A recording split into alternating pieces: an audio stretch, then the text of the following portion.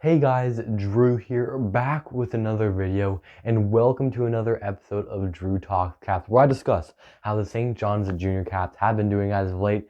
And if you ask me, they've been doing pretty well. As not to spoil your thing, but quick spoiler alert, we're going to the 2025 Taylor Cup Finals. But I'm just going to recap that entire series, how it went by, and how the Caps can benefit from the series into the finals. So in game one, the Caps won 4-2 over the Avalon Celtics. The goals in this game, Austin Bryan opened up the scoring for the series. Honestly, that was an insane pass by Justin Hepditch back across to Bryan, and he finds it right in the slot and is able to bury it. And a nice sally as well from Bryan and Hepditch. But a nice goal by him. Nolan Avery gets one as well on the breakaway. Nice goal by Aves. And then Zach Hocko gets one as well. He cleans up the garbage in front and is able to bury it. And then Charles Walsh buries one in the empty net. Nathan Hurley had 19 saves in this game. He had a 0.905 save percentage. So a pretty solid overall game from Hurley. He didn't get much shots on goal, but he was able to shut the door when the time came right. And the Junior Caps are up the series 1-0 at the time of that game.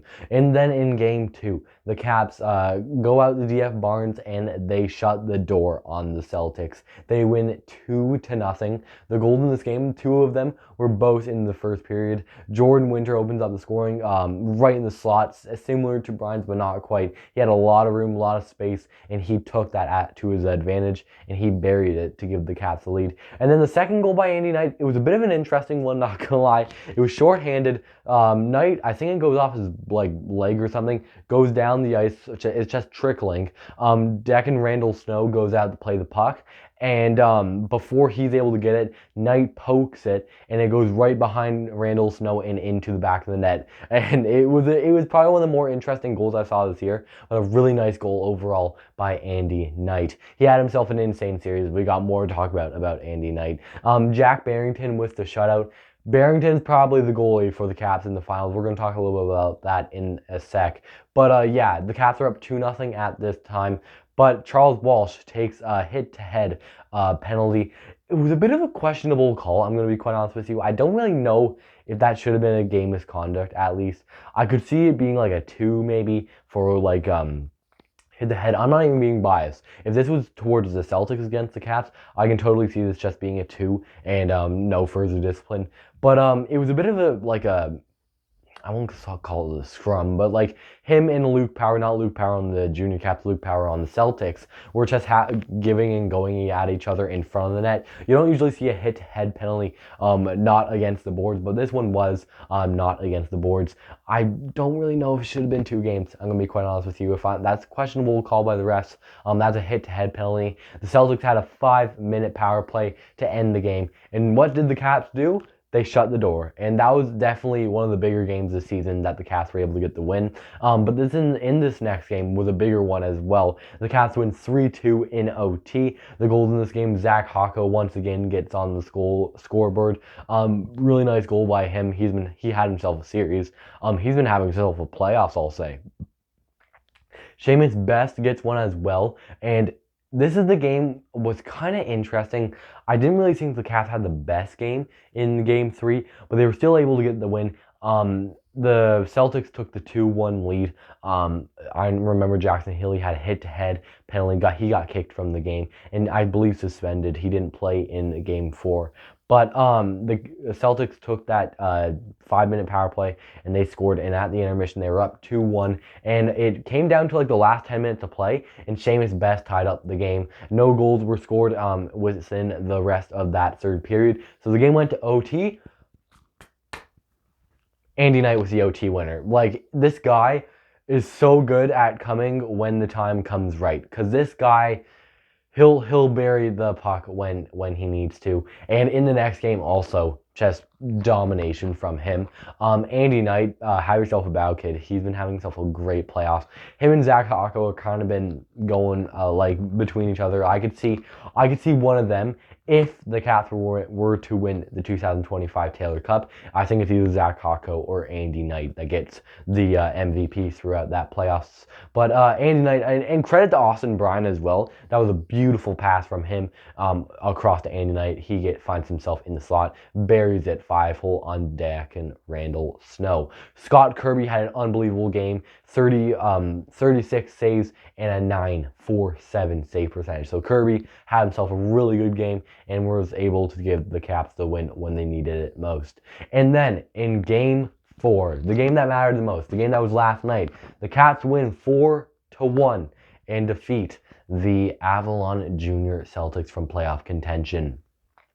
Zach Hocko scored 1 goal in this game. By the way, all of these goals were scored in the third period. The Celtics opened up the scoring by a Malachi Marner goal, which was kind of weird. I didn't really know how that was able to trickle in, but it did. And I kind of thought, like, will this game be a final score of 1-0? It didn't look like much goals were going to be scored. But Andy Knight scored the first goal, and that's when the floodgates opened. Zach Hocko buried one, but a hat trick from Andy Knight just... it was a great game by him, and a great series by him. Andy Knight pretty much carried the Caps in their way to the finals, but he didn't carry them. I won't say. It was a good team effort, and they were able to get the job done. Nathan Hurley, 35 saves in this game, a 972 save percentage. Once again, the Caps sweep the Celtics, and they will play either the Southern Shore Junior Breakers or the CBN Stars in the not the AESHL finals, the SJJHL finals. And only time to tell what's happening right now.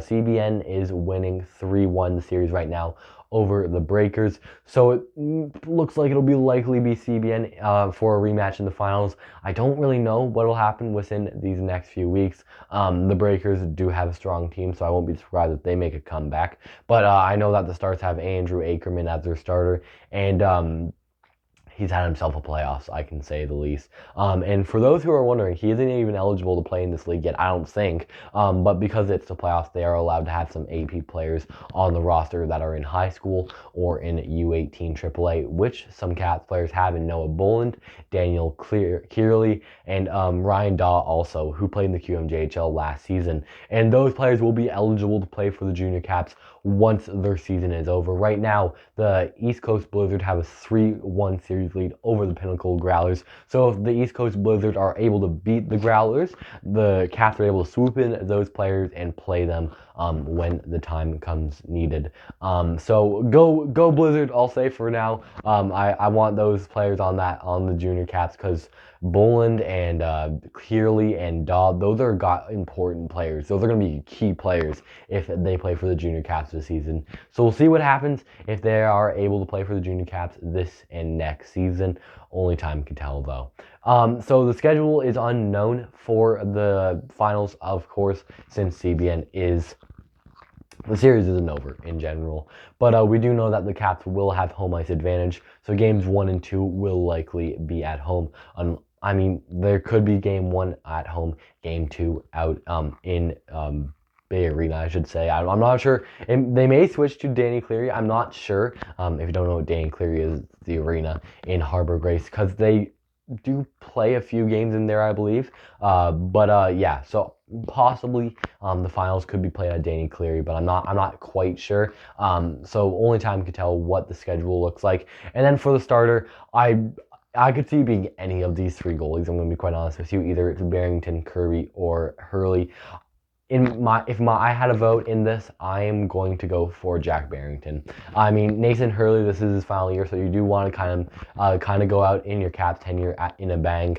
But Barrington has just proved that every night he proves himself that he can show up when the time comes most, and I can see him being the starter in the finals. And yes, it could be Scott Kirby as well. Like, this guy played Junior A to start the year.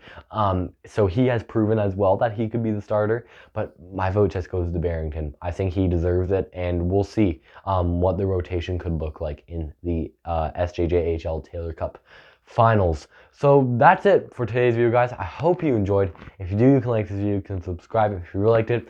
I'm going to be quite honest, I'm thinking about doing recaps for the finals. So if you guys would like that, please let me know down below. Hope you guys enjoyed this. We're getting a lot of views as of late. Thanks for all the support on the videos as they go by.